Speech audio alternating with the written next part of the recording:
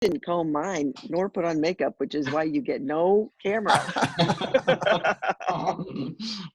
That works. Carol Well, told me go I ahead. couldn't. Carol told me I told her I was going to grow my beard out real long, and she said, "Well, that's fine. You can't cut your hair either." And she knows I like to have my short military haircut. So I said, Oh, "Well, I'll show her, and I'm just not going to do either one. So I'm just going to look like a crazy person. I don't care." So have you been cutting your own hair? Oh, No. no, you it look doesn't like look a too bad, but professor. that's just because I keep it real short in the first place. So, You kind of look like a professor, Will. oh, well, I'm not.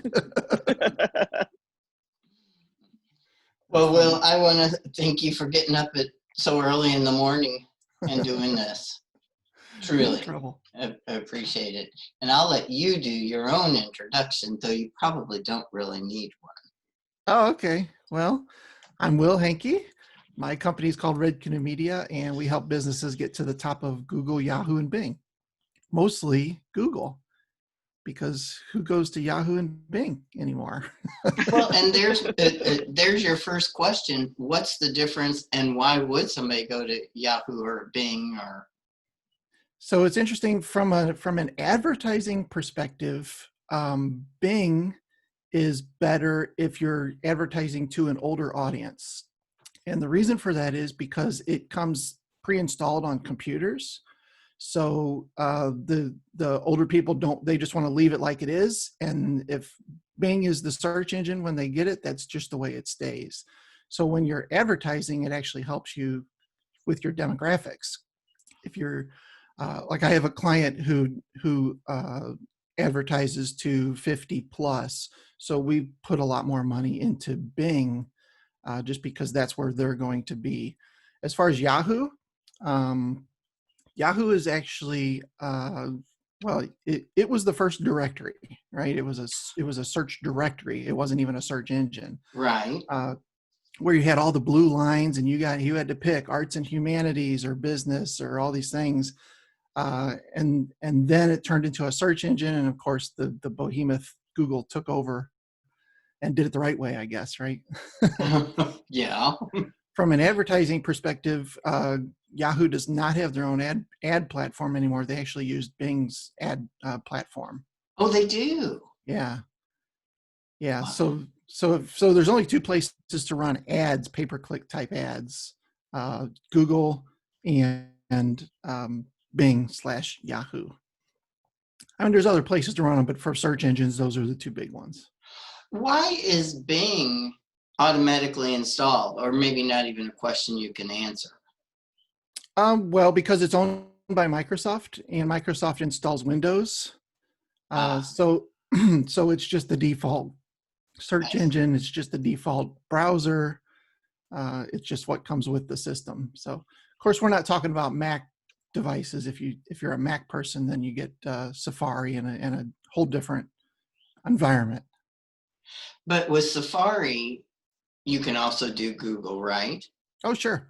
Oh, yeah. No matter what platform, you can still install Google or set Google as your default search engine. But there's a process to doing this. It's a couple clicks, but some people just don't want to mess with it. So yeah. I have one more question, then I'll let you talk. Does Internet Explorer still exist? It does. It's called Microsoft Edge now. So it is Edge. Okay. Yeah. And the reason for Microsoft Edge is to install Google or to install Chrome. Right? That's really the only reason. I mean, there's people that use it, but not very often. Yeah. We use it in our testing. When we build a new website before we launch, we'll pull up Firefox and Chrome and Microsoft Edge and just make sure that the websites look the same, no matter what browser somebody might be using. Yeah. Do you use Chrome? Do you have a preference? I use Chrome. Yeah. Although at times Chrome starts to kind of act crazy and just grinds to a halt. And so I might switch to Firefox for a week. Yeah. And then, just hope that Chrome fixes itself in the meantime, but I always end up going right back to Chrome. Yeah. I find myself using both. Firefox is really my go-to. Yeah. And then for like add-ons and different things, Chrome you have to use in order Yep. to.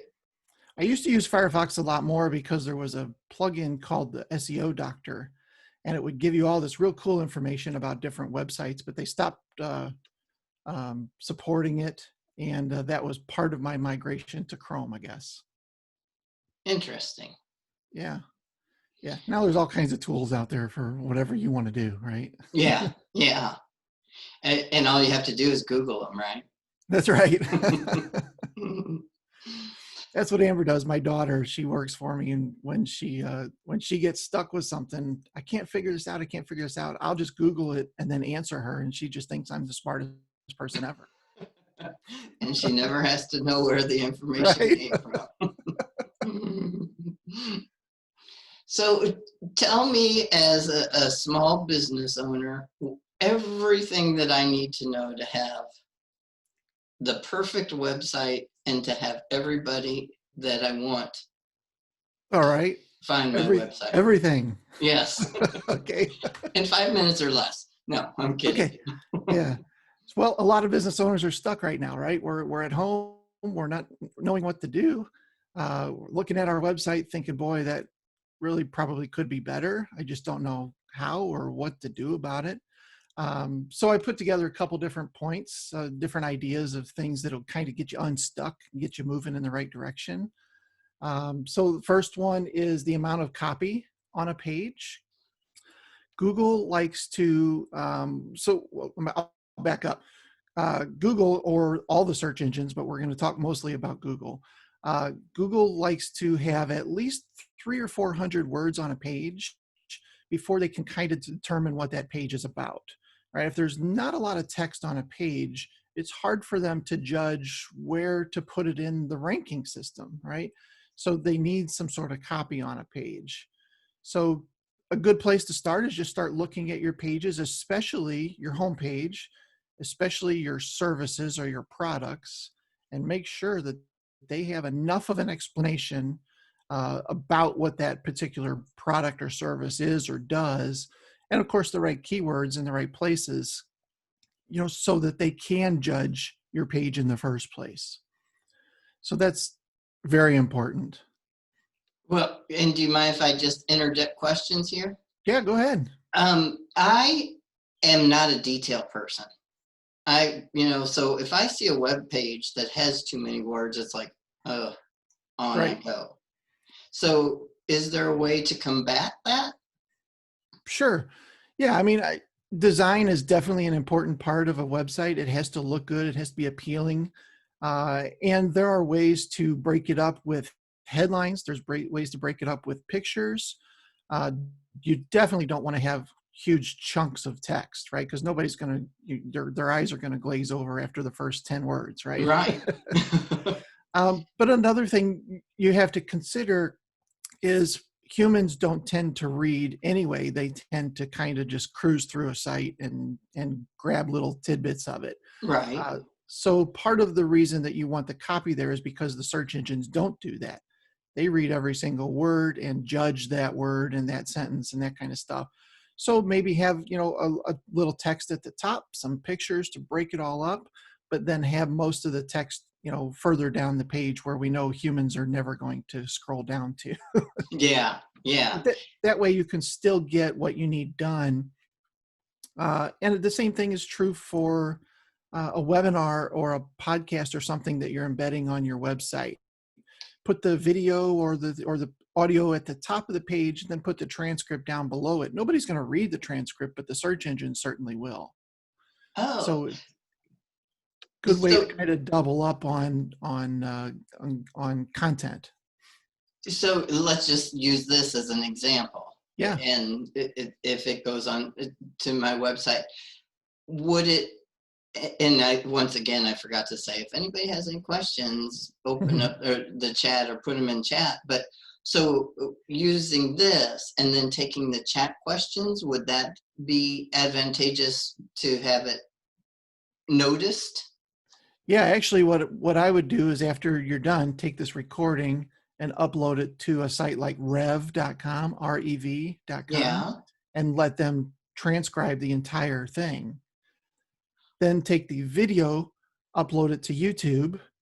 So you have it on YouTube, then embed the YouTube video on your blog post on your website, and then put the transcription below that. That's a Okay, great way to do it. excellent. And that And you can also also, gives me another page on my website, right? that's right, yeah. And then you can also put that transcription in the description of the YouTube video. So if somebody's using YouTube as a search engine, which they probably are, Right. it's the #2 search engine. So yeah, have that content on both platforms is great. Excellent. Is there a way to, I'm going to write that down, and I'm sure you've told me about it in the past, and I'll It's probably okay. write it down again at another time. But is there a way to kind of hide um, words or copy and not have you as somebody who comes to my website see them, but have them there where Google is picking up on them? There is. We're getting a little bit into maybe what we call a gray hat area. Oh, But there are some things you can do that are perfectly legit. If you're using the WordPress platform, yeah. you can use a read more tag. And a lot of times you'll see a paragraph or so of content and then a button or a link that says read more. When you click that, all of a sudden, all this other text pops out. Right. So that you can do because the search engines still see all of that text. But from a design standpoint, it makes the page look a little nicer. And from a person who doesn't care about all that stuff, you don't Yep. have to read more if you don't want. Right. Yeah. You'll never know it existed. Excellent. Yeah. And it moves everything up the page that way. Right. Exactly. Yeah. Oh, yay. Yeah. Good information. Yeah.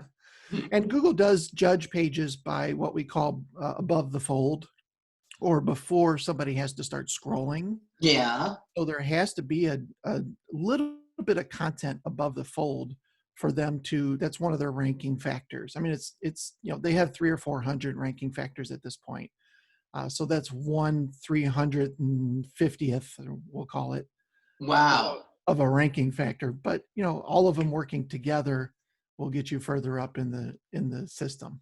That's a lot to keep in mind, but I'm assuming above the fold goes back to the olden days with newspapers and Exactly. Yep. Yep. That's where it comes from. Yeah. You have to have so the good stuff right there. yeah.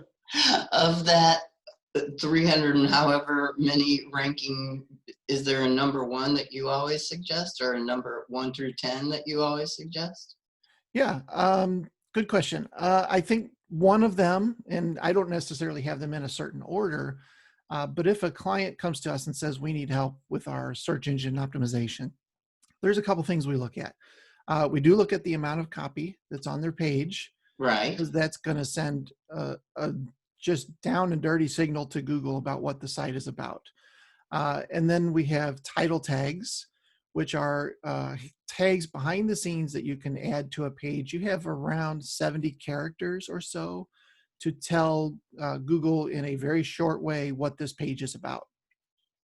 That's what shows up in Firefox and Chrome and Microsoft Edge when you have the little tabs. And in those little tabs, it has a couple words there so you know which tab is which. Right. Those are the title tags for that page. And those carry a decent amount of weight when it comes to SEO.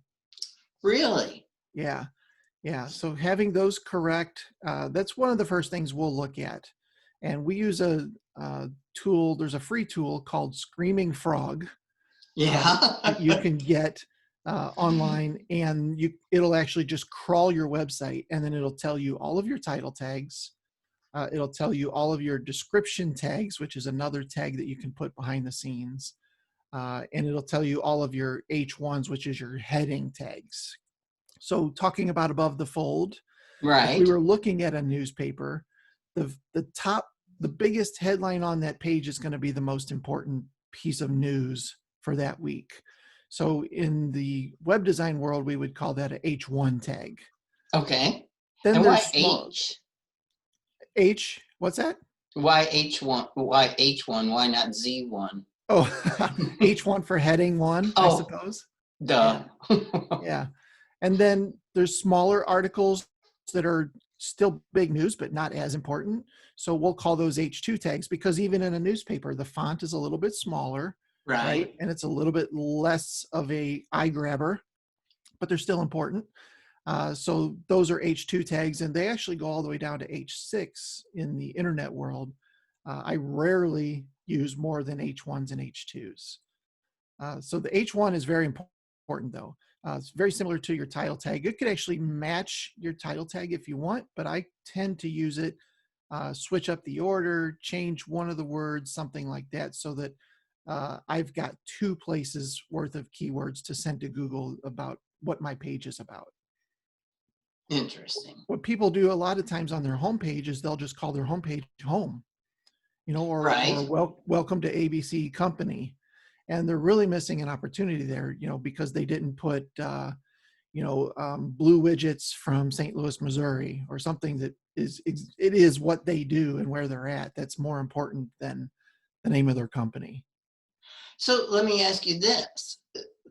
Let's just say recruiting for growth, we have the home instead of recruiting for growth. Yep. But does the drop down in that tag help? So you're talking about your main navigation Yeah. across the site. That does help. It does index the navigation, but typically Google only will show that in their search engine if you don't have a title tag or a description filled out for that page. Then what they do is they just start grabbing random text from your page, which is typically your navigation, but it doesn't look real good in Google. Because it just says home, about us, services. It just, people aren't going to click on that when they see that. Right. So you missed an opportunity to put some good keywords in there, so that when somebody's typing recruiting help St. Louis, Missouri, your title tag says help with recruiting in St. Louis, Missouri, or something like that. When they see that in Google, they're like, oh yeah, that's what I need. And they click on that result because of that. I see. Yeah. So having the right words in there really goes all the way back to what is the end user going to type in to find us in the first place. And how do you know that? So there's a couple tools you can use. My new go-to for free is one called Uber Suggest. It's ubersuggest.com. Uber, like the car service? Yep, ubersuggest.com. Wow. And you can go there, you can type in your website and get some information about your website. But more importantly, you can put in a competitor's website and get what keywords they're ranking for, things of that sort, and use that as a great way to start some keyword research. Interesting. Yeah, pretty cool little tool. I use one called Ahrefs, but it's I think it cost me like $400 a month or something. A month? Yeah, but it has a lot more in-depth SEO related tools that the average business owner wouldn't need. But Uber Suggest is free, and it was started by a guy who saw these other tools that were super expensive, and he's got all kinds of money, so he just built one that was free for people to use. Oh, nice. Yeah, very nice of him. Yeah. Well, and as a web designer, I would think that that would be an essential tool, but the fact that you have a free one at your fingertips. It is, yeah. Yeah, it's interesting you say that, because most web designers / developers tend to build websites that look really pretty, which is great, but they don't necessarily understand the search engine side of it or the technical functionality of it. So finding a web designer that knows both is a gold mine, but most of them don't. So when you're building a website and you're in that kind of building stage, it's always good to have somebody that knows the technical side of it look at it, so that when the site launches, you got the right keywords in the right place. You've got everything right there off the bat. So is there a search I could do to find the perfect web designer / developer who knows about SEO? Or how do people find you? People find us because they're typing in search engine related queries. So I need to rank higher. I need lead generation. Those are the kind of words that we're going after. I see. We're not going after the web design market. because I've always been more on the technical end. Now, interestingly, my daughter Amber has really taken a liking to web design, and she's probably done a good 10 websites now for clients of ours. Yeah. And she's actually moving into a full-time web design role come June 1st.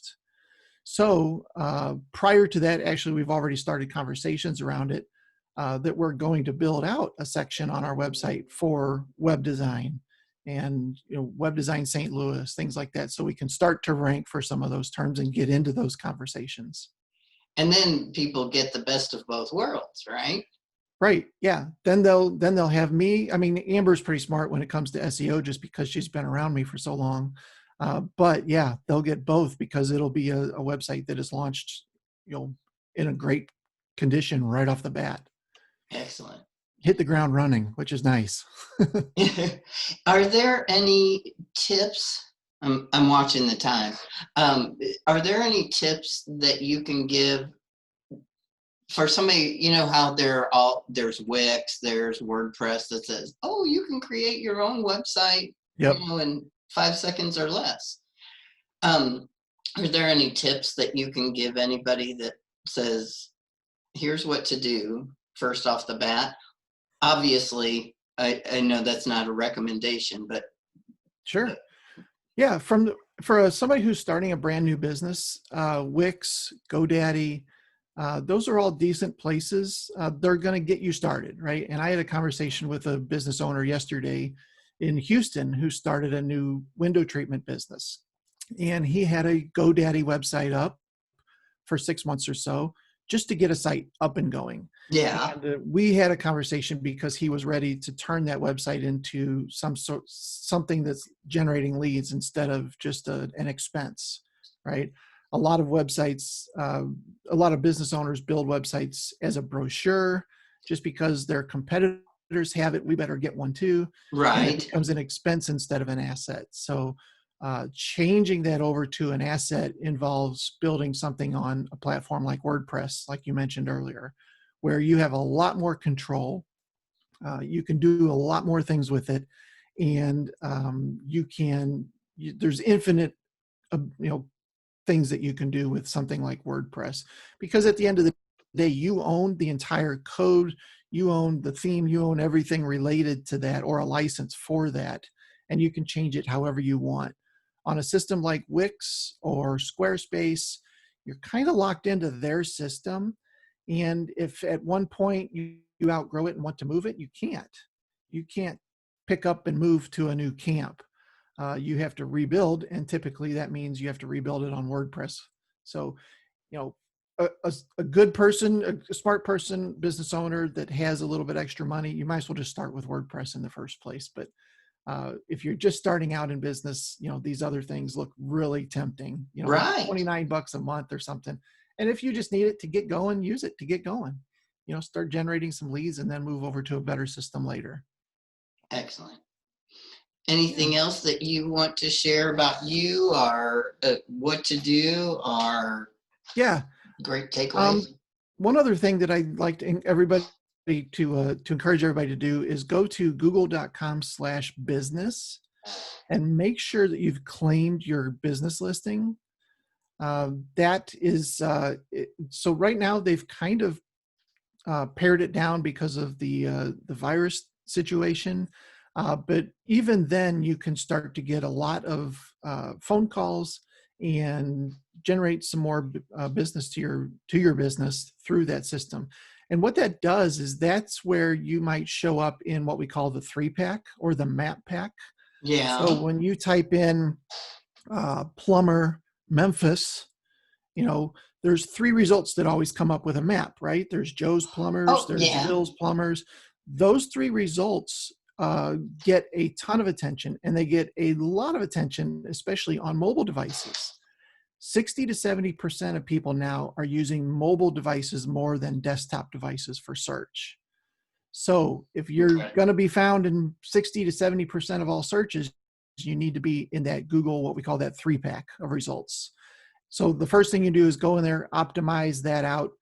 There's an info tab that asks for your hours. It asks for a description of your business. It asks for any attributes that you might have, like free parking or curbside pickup is a big one right now. So that kind of stuff, you want to put all that in there. Of course, your phone number, your website. And then the other big piece to that is getting reviews. And that's kind of a tough thing to do. You can get the negative reviews real easy. Right. You can run those up real quick if you need to. But the positive reviews, not so easy to do, but it's something that you need to definitely implement some sort of review program, because that is one of the factors that Google looks at when they're putting people in that 3-pack, is how many positive reviews do they have. So if you're going to do anything, take anything out of this, I would definitely go claim your Google listing and start to put all kinds of information in there. Upload your logo, upload some pictures of products or past projects that you've done, all of that kind of stuff. Excellent. You mentioned map pack and mobile device. So if I'm, let's just say, in Memphis, Mm-hmm. will those 3 be judged by where I am? Yep. They even if you don't have your location turned on your phone, you're still using a local tower to get that information. So Google sees that and delivers local results. In fact, a new thing with SEO and optimizing sites is, find me a barbecue near me. If we're talking Right. about Memphis, right? Mm-hmm. So it uses that near me command to figure out, okay, well, this person's in Memphis, so let's send them to Gus's Chicken or whatever, right? They know where you are and use that information as part of the results that you see. Excellent. Yeah. I really appreciate your doing this, and I want to honor your time, truly. Oh yeah, no trouble. I appreciate the opportunity. And I hope that you'll come back, because I mean, I have a bazillion other questions. Would you have one? Somebody wrote, this is very helpful information. Took 2 pages of notes. Oh. Wow. Maybe we ought to talk to her about putting that into the YouTube channel so that it gets noticed. Yeah, that's very true. So, well, good. If you come back, will you teach us all the appropriate things to do? And I'd be happy to do that, of course. I appreciate it. Yeah, Okay. No trouble at all. Thank you very, very much. Thank you, Lisa. See ya. All right. Have a good day. You too. Bye-bye.